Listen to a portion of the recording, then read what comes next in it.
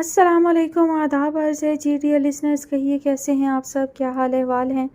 دعا ہے، امید ہے سب خیریت سے ہوں گے۔ الحمدللہ میں بھی خیریت سے ہوں۔ ناول کی نیکسٹ ایپیسوڈ لے کر حاضر ہوں۔ ناول کی فرمائش ہم سے کی ہے ہمنگ گرل نے۔ ناول کا نام ہے کوسے قضا کے رنگ۔ مصنفہ ہیں فاطمہ لغاری، قسط نمبر 19۔ آپ نے انا کے بارے میں کبھی بتایا نہیں۔ گاڑی میں چھائی خاموشی کو اسی نے توڑا تھا۔ وہ آپ سے کب ملی، یہاں کیسے آئیں، اور آبی بابا جانتے ہیں اور محمل؟ اور آپ نے کہا تھا آپ کو عادی نام نہیں پسند، جبکہ انا آپ کو عادی کہہ رہی تھیں، کیوں؟ اس نے ایک ساتھ کئی سوال کیے۔ تمہارے سوالوں کا جواب دینے کے لیے وقت چاہیے عروہ، اور ابھی رات بھی ہو گئی ہے۔ پھر کبھی؟ وہ خاموشی سے اسے دیکھتی رہی۔ وہ ڈرائیونگ کرتے ہوئے اس کی نظریں خود پر محسوس کرتا رہا اور کچھ دیر بعد پوچھ بیٹھا، کیا دیکھ رہی ہو؟ تم مسکراتے ہوئے نمونے لگتے ہو۔ ایاد نے بھویں اکٹھی کیے اسے دیکھا۔ سچی، میں نے بہت کم تمہیں مسکراتے دیکھا ہے، اور اب جب تم مستقل مسکرا رہے تھے تو نمونے لگ رہے تھے۔ وہ اس کی بات پر بھی مسکرا دیا۔ عروہ نے رک کر اسے دیکھا، پھر شرارتاً گویا ہوئی، اب ہر کوئی ریان مصطفیٰ تھوڑی ہوتا ہے جس کی مسکراہٹ خزاں میں بہار کی مانند ہو۔ یہ جناب کون ہے؟ وہ موڑ کاٹتے ہوئے پوچھ رہا تھا۔ میرا کرش، وہ کھل کر مسکرائی۔ کاش میں اس سے مل پاؤں۔ ایاد نے ایک نظر اس پر ڈالی، پھر شیشے کے پار نظر آتی سڑک کی طرف متوجہ ہوا۔ اس کی طرف سے کوئی خاص رد عمل نہ ملنے پر عروہ نے گردن ترچھی کر کے اسے دیکھا۔ تمہیں وہ فلمی ہیرو کی طرح جیلسی فیل نہیں ہو رہی؟ نہیں، کیوں؟ مطلب تمہیں میرے کرش سے کوئی مسئلہ نہیں ہے؟ وہ حیرت سے پوچھ رہی تھی۔ نہیں، کیونکہ مجھے خود امل جہاں زیب پر کرش ہے، اس کے کندھے اچکا کر کہنے پر عروہ نے صدمے سے اسے دیکھا۔ وہ بیوی ہے ریان کی، میں شوہر ہوں تمہارا۔ وہ اس کے مذاق کو سمجھ چکی تھی، تبھی سکون سے بیٹھ گئی۔ ایاد افندی کو کسی پر کرش نہیں ہو سکتا تھا۔ تم جل رہے ہو؟ جو میرا ہے وہ میرا ہے، جلنے کا کوئی جواز نہیں ہے خانم، وہ گاڑی حویلی کے گیٹ پر روکتے ہوئے کہہ رہا تھا۔ دل کو بہلانے کو غالب خیال اچھا ہے۔ وہ اپنی سیٹ بیلٹ کھول کر گاڑی سے اتری۔ گاڑی کے ایئر کنڈیشنر ماحول سے نکل کر اسے اب تھوڑی سی گرمی محسوس ہوئی تھی۔ ایاد گاڑی سے اتر کر اس کے پاس آ رہا تھا۔ اندر چلیں گے؟ نہیں، بس گھر جاؤں گا اب، عروہ نے سر ہلا دیا۔ آج کے لیے شکریہ عروہ، میرے گھر والوں کو اپنے گھر والے سمجھنے کے لیے اور انہیں محبت دینے کے لیے۔ وہ مسکرا دی۔ یہ بات مجھے آپ نے ہی سکھائی تھی جب آپ نے میرے گھر والوں کو اپنے گھر والے مانا تھا۔ وہ مسکرا دیا۔ عروہ کی نظر اس کے سر پر کھڑے چاند پر ٹکی، نگاہ چاند سے پھسلتی ہوئی واپس اس پر ٹکی۔ وہ مسکرا رہا تھا ہلکا سا۔ اس کی دھڑکنوں کے بڑھتے شور نے گواہی دی تھی کہ وہ مسکراتے ہوئے دلکش لگتا ہے۔ اس کی مسکراہٹ پرکشش تھی۔ وہ ٹکٹکی باندھے اسے دیکھتی رہی۔ وہ اس کی محویت کو دیکھتا آگے بڑھا، درمیان میں فاصلے کو گھٹایا، پھر اس کے کان کے پاس جھکا۔ فزکس کے پیپر میں میری مسکراہٹ کے اینگلز اور ڈائریکشن لکھ کر آنے کا ارادہ ہے کیا؟ اس نے چونک کر نگاہوں کا رخ پھیرا تھا۔ وہ ہنس دیا۔ اندر جاؤ اب، پھر ملیں گے۔ اس نے سر کو جنبش دی اور اسے خدا حافظ کہہ کر پلٹ گئی۔ وہ جینس کی جیبوں میں ہاتھ ڈالے مبہم سا مسکراتے ہوئے اسے جاتا دیکھ رہا تھا۔ چاند کی روشنی مدھم پڑ رہی تھی۔ کوئی اور ستارہ چاند کی روشنی پر سبقت لے رہا تھا، ایک ٹوٹتا ہوا تارا ہو جیسے، جو اپنے ٹوٹنے کے عمل کے دوران ایک لمحے کے لیے سارے جہاں کو روشن کر جائے۔ گہری ہوتی رات کے ساتھ چاند سکڑتا جا رہا تھا۔ وہ باغیچے میں رکھی کرسی پر بیٹھا تھا، بند مٹھی پر ٹھوڑی ٹکائے پرسوچ نظروں سے سامنے دیکھتا۔ بھوری آنکھوں میں خلاف معمول سنجیدگی تھی، چہرہ سپاٹ تھا۔ وہ پچھلے کچھ دنوں سے مشل کو سوچ رہا تھا۔ مشل میں برائی کیا تھی؟ وہ اسے کیوں تکلیف دے رہا تھا؟ کیا محبت میں ہارنے کے بعد کسی کی محبت کو قبول کرنا آسان ہوتا ہے؟ مگر جو محبت اس نے کی تھی وہ اس پر شرمندہ ہے۔ مگر محبت کو مارا تو نہیں جا سکتا۔ مشل کیسے مارے گی؟ کیا وہ اسے قبول کر لے؟ کیا یہ آسان ہوگا؟ سوچوں کی رو میں بہتے ہوئے اس کی نظر سامنے سے آتی عروہ پر ٹکی۔ وہ سیدھا ہو کر بیٹھا۔ عروہ، وہ جو حویلی کے اندر جا رہی تھی، اس کی آواز پر چونکی، آنکھیں سکیڑ کر برقی روشنیوں میں گھرے باغیچے میں بیٹھے آریان کو دیکھا، پھر اس کی طرف قدم بڑھائے۔ تم کب آئے؟ وہ نقاب ٹھوڑی پر ٹکاتے ہوئے پوچھ رہی تھی۔ جب آپ اپنے شوہر نامدار کے ساتھ تھیں۔ وہ مسکرایا۔ اسامہ آ گیا؟ وہ اس کے سامنے رکھی کرسی پر بیٹھ رہی تھی۔ ہاں، وہ بھی سو چکا ہے۔ تمہیں دیر نہیں ہو گئی زیادہ؟ وہ آنکھیں سکیڑے اسے دیکھ رہا تھا۔ عروہ نے لب کچلتے ہوئے اسے دیکھا۔ پہلے میں ایاد کے گھر تھی، شام تک پڑھ رہی تھی میں۔ اچھا، اس نے آنکھیں گھما کر کہا۔ وہ مسکرا دیا۔ پھر ہم ایاد کی، وہ رکی، پھر کچھ سوچ کر دوبارہ گویا ہوئی، ایاد کی امی کے پاس گئے، اور میں ابھی وہیں سے آ رہی ہوں۔ ہو گئی تمہاری تسلی؟ تم ایاد کے ساتھ تھیں، یہی کافی ہے میری تسلی کے لیے۔ اس نے کرسی کی پشت سے ٹیک لگائی۔ ایاد کی امی کا کیا چکر ہے؟ سنا تھا اس کے والدین کی ڈیورس ہو چکی ہے اور وہ اپنی ماں کے ساتھ نہیں رہتا۔ عروہ کھسک کر آگے ہوئی۔ ٹھیک سنا تھا مگر یہ اچانک ہوا۔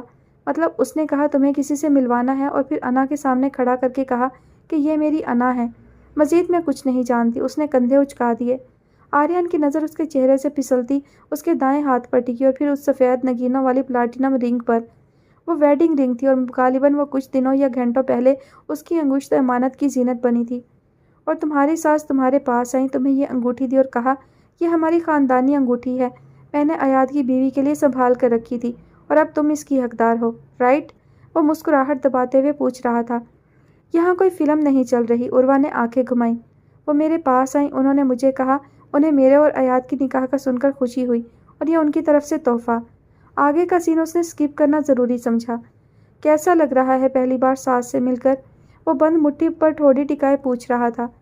اپنا تو نہیں جانتی مگر ہاں اس کے لیے اچھا لگ رہا ہے، وہ مسکرا دی۔ وہ اسے دیکھتا رہا۔ تم بتاؤ شادی میں کیوں نہیں گئے؟ یہاں کیوں آئے؟ پرسوں واپسی ہے، آج کراچی جاتا تو کل نکلنا پڑتا، لمبا سفر اور وقت کم، فضول کی تھکاوٹ ہوتی، سوچا یہاں آ جاتا ہوں سو آ گیا۔ اس نے شانے اچکائے۔ ٹھیک، اس نے گہری سانس لی، آنکھیں اب نیند سے بوجھل ہونے لگی تھیں۔ اجازت ہو تو سونے جاؤں؟ خیریت، آج اجازت لی جا رہی ہے؟ وہ بھویں اکٹھی کیے پوچھ رہا تھا۔ مہمان سمجھ کر اب اتنی مروت تو میں دکھا ہی سکتی ہوں۔ وہ آنکھیں گھماتی اٹھ کھڑی ہوئی۔ مہمان نے کوئی کام کہا تھا، کیا؟ کون سا؟ اپائنٹمنٹ لینے کا۔ آریان نے دائیں ابرو اٹھا کر اسے دیکھا جو نفی میں سر ہلا رہی تھی۔ نمبر دو، اس کا خود بات کرتا ہوں۔ اس نے سر کو جنبش دی، پھر میز پر رکھے ہینڈ بیگ سے موبائل نکال کر اسے نمبر لکھوایا۔ بس اب جاؤں؟ ہاں لیکن پہلے چائے بنا کر دے جاؤ۔ عروہ نے دانت کچکچا کر اسے دیکھا۔ سونا ہے مجھے۔ سوتی رہنا، پہلے چائے۔ اس نے لاپرواہی سے کندھے اچکا دیے۔ وہ اسے گھوری سے نوازتی لمبے لمبے ڈگ بھرتی حویلی کے اندرونی حصے کی طرف بڑھ گئی۔ کیسی ہو؟ وہ موبائل کان سے لگائے بالکنی میں کھڑا چاند کو تکتے ہوئے اسے پوچھ رہا تھا۔ ٹھیک، تم؟ سنجیدگی سے جواب دے کر مروتاً سوال پوچھا گیا۔ میں پتہ نہیں، بس کسی کو یاد کر رہا تھا۔ اس نے کندھے اچکائے۔ مگر اس کسی نے تمہیں یاد نہیں کیا۔ انادیہ کی بات پر اس نے گہری سانس لی، پھر نظریں چاند کے برابر میں کھڑے تارے پر ٹکائیں۔ کبھی سوچتا ہوں کہ مجھے سوچتا ہوگا وہ، پھر سوچتا ہوں کہ یہ کیا سوچتا ہوں میں۔ اس کی آواز پر چلتی ہوا نے بھی تھم کر اسے دیکھا تھا۔ وہ خاموش رہی۔ انادیہ، اس کی مسلسل خاموشی کو محسوس کرتے ہوئے ہادی کو اس کی کال پر موجودگی پر شبہ ہوا۔ جی؟ وہ اتنے سنجیدہ جواب پر حیران ہوا۔ میرے سر میں درد ہو رہا ہے۔ اس نے انادیہ کی توجہ مبذول کروانا چاہی۔ اچھا پھر؟ سنجیدگی اب بھی قائم تھی۔ ہادی کی پہلی، دوسری، تیسری غرض تمام حصیں کچھ غلط ہونے کا احساس دلانے لگیں۔ سر بھاری بھاری لگ رہا ہے۔ ایک اور کوشش کی گئی۔ وجہ؟ کوشش کامیاب گئی۔ وہ متوجہ ہو چکی تھی۔ کیونکہ اس نے بات ادھوری چھوڑ کر تجسس پیدا کرنے کی ناکام کوشش کی۔ ایک چشمش میرے بھیجے میں ٹانگ پر ٹانگ رکھ کر بیٹھی ہے۔ یہی وجہ ہے جناب سر درد کی۔ کوئی علاج؟ اس کے گہری سانس لے کر کہنے پر انادیہ نہ چاہتے ہوئے بھی مسکرا دی۔ صرف دماغ میں ہادی؟ اس نے اپنے ہونٹوں پر انگلی رکھ کر پوچھا۔ ہاں، دل پر تو چشمش براجمان ہے جیسے ایک ملکہ اپنے تخت پر۔ میرے دل کی سلطنت کی سلطانہ ہو تم۔ انادیہ نے فون سے آنے والی مدھم آواز پر بمشکل اپنی مسکراہٹ دبائی۔ اتنی سستی سلطنت؟ طنز کے تیروں کو شہد میں بھگونے کی بھی زحمت نہیں کی گئی تھی۔ ہادی چند لمحے بے یقینی کی کیفیت میں کچھ بول نہ سکا تھا۔ تم یہ گول گپے نہ کھلانے کا بدلہ لے رہی ہو نا؟ اس کی آواز میں خفگی تھی۔ یاد مت دلاؤ مجھے گول گپے ہادی، زہر لگ رہے ہو مجھے تم۔ وہ ایک دم طیش میں آئی جیسے ایک زخمی اپنے زخموں کے ادھڑنے پر تکلیف میں مبتلا ہو کر درد کے مارے چلاتا ہے۔ شہد تو خیر سے میں کبھی نہیں لگا ویسے، منہ بسور کر کہا گیا۔ ہیٹ یو ہادی، وہ گرائی۔ اس کی عربی فارسی سندھی نہیں آتی کیا؟ اس نے منہ بسورا۔ نفرت کا اظہار تو ایسے کرو نا جو تمہیں سمجھ میں آئے، اس نے دانت پیستے ہوئے کہا۔ ہاں بس محبت کا اظہار ہی رنگ برنگی زبانوں میں کرنا جن کا ایک لفظ پلے نہ پڑے۔ ہادی نے سر جھٹکا۔ محبت کے اظہار کی کبھی نوبت ہی نہیں آئے گی کیونکہ تم پکا میرے آنے کے بعد میرے ہاتھوں قتل ہو جاؤ گے۔ جا رہا ہوں سونے۔ اچھا بھلا میں نے سلطانہ کا درجہ دیا تھا تمہیں، عزت تو راس ہی نہیں ہے یہاں کسی کو۔ اس کا تپنا انادیہ کو مزہ دے گیا تھا۔ سلطنت جو سستی تھی تمہاری، مسکراہٹ دبا کر کہا گیا۔ انادیہ اب اگر تم نے کچھ کہا تو میں امی کو بتا دوں گا، ان کی نیک سیرت، نرم مزاج، نرم دل اور کم کو بہو کی کارستانیاں۔ اسے یہ الفاظ ادا کرنے میں بھی خاصی مشکل پیش آئی تھی۔ ہاں جیسے ان کا بیٹا شریف، معصوم، سمجھدار اور سنجیدہ ہے، ویسے ہی بہو بھی بہت پیاری ہے۔ ان کے بیٹے اور بہو کی جوڑی پر تو کالا جادو بھی اثر نہ کرے۔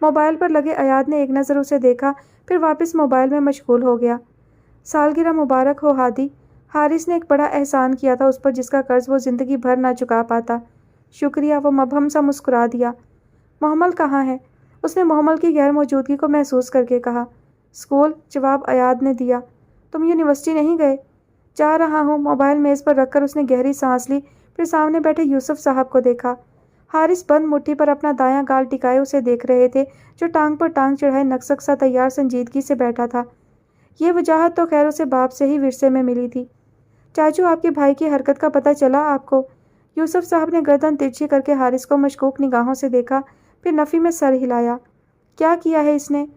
میری اس ماہ کی تنخواہ، جو غالباً میری زندگی کی پہلی تنخواہ تھی، اور میری آدھی سیونگز میرے اکاؤنٹ سے نکال لی ہیں انہوں نے۔ میں سڑک پر آ گیا ہوں اب۔ حارث نے ایک نظر ارد گرد ڈالی، پھر اس کی طرف متوجہ ہوئے۔ تم یوسف کے گھر کو سڑک سے تشبیہ نہیں دے سکتے۔ ہادی نے بمشکل اپنی ہنسی روکی تھی۔ کیا کیا ہے اس نے ان پیسوں کا؟ گاڑی لے کر دی ہے مجھے، اس نے دانت پیسے۔ ہاں، کیونکہ تمہاری گاڑی پرانی ہو گئی تھی۔ اچھا نہیں لگتا کہ حارث افندی کا بیٹا پرانے ماڈل کی گاڑی استعمال کرے۔ انہوں نے آنکھیں گھمائیں۔ صرف 1 سال استعمال میں آئی ہے یہ گاڑی، 2 سال تو لندن میں تھا میں، اور اگر اتنا ہی شوق تھا تو اپنے بلبوتے پر لیتے نا۔ مجھے کیوں لوٹا ہے؟ وہ جھنجھلایا۔ اپنے اکاؤنٹ میں اتنی بڑی رقم رکھی ہوئی تھی تم نے، میں نے تو بس صدقہ دیا ہے۔ انہوں نے لاپرواہی سے شانے اچکائے۔ ایاد، مسئلہ کہاں ہے؟ تم پر ویسے بھی کوئی ذمہ داری نہیں ہے، اچھی جاب ہے، پیسے تو آتے جاتے رہتے ہیں، اور میں وثوق سے کہہ سکتا ہوں کہ تم اب بھی غریب نہیں ہوئے۔ حارث نے صرف 1/4 حصہ خرچ کیا ہوگا۔ یوسف صاحب نے بات سنبھالنا چاہی۔ حارث نے جتاتی نظروں سے ایاد کو دیکھا۔ کوئی نہیں، جو بچی ہے وہ آدھی آدھی کر لیتے ہیں، ہادی نے مسکراتے ہوئے کہا۔ ایاد نے اسے گھوری سے نوازا۔ گاڑی ہے کہاں؟ شو روم میں کھڑی ہے، آج فارغ ہوں نہ کل پرسوں لے آؤں گا۔ اس نے منہ کے زاویے بگاڑے، پھر میز سے اپنا موبائل، والیٹ اور گاڑی کی چابی اٹھائی۔ جا رہا ہوں میں، اللہ حافظ۔ منہ بسورتا وہ باہر نکل گیا۔ چاچو، اگلا ڈاکہ مل کر ماریں گے، ہادی کے کہنے پر حارث نے تھمب اپ کا اشارہ کیا۔ کیوں تنگ کرتے ہو اسے اتنا؟ یوسف صاحب نے شکایتی نظروں سے حارث کو دیکھا۔ میں نے صرف اپنے بیٹے کا صدقہ دیا ہے۔ اپنے ہی بیٹے کو؟ ہادی بے اختیار ہنس دیا تھا۔ حارث نے فخر سے کالر جھاڑے۔ یوسف صاحب گہری سانس لے کر رہ گئے۔ اس کا وہ پورا دن انتظار کرتے گزرا تھا۔ انادیہ کی طرف سے کوئی میسج نہیں ملا تھا، نہ ہی اس نے کال کی تھی۔ اسے لگا شاید وہ مصروف ہوگی، مگر کچھ ہی دیر پہلے خنسا کو اس سے بات کرتا دیکھ کر وہ کلس کر رہ گیا۔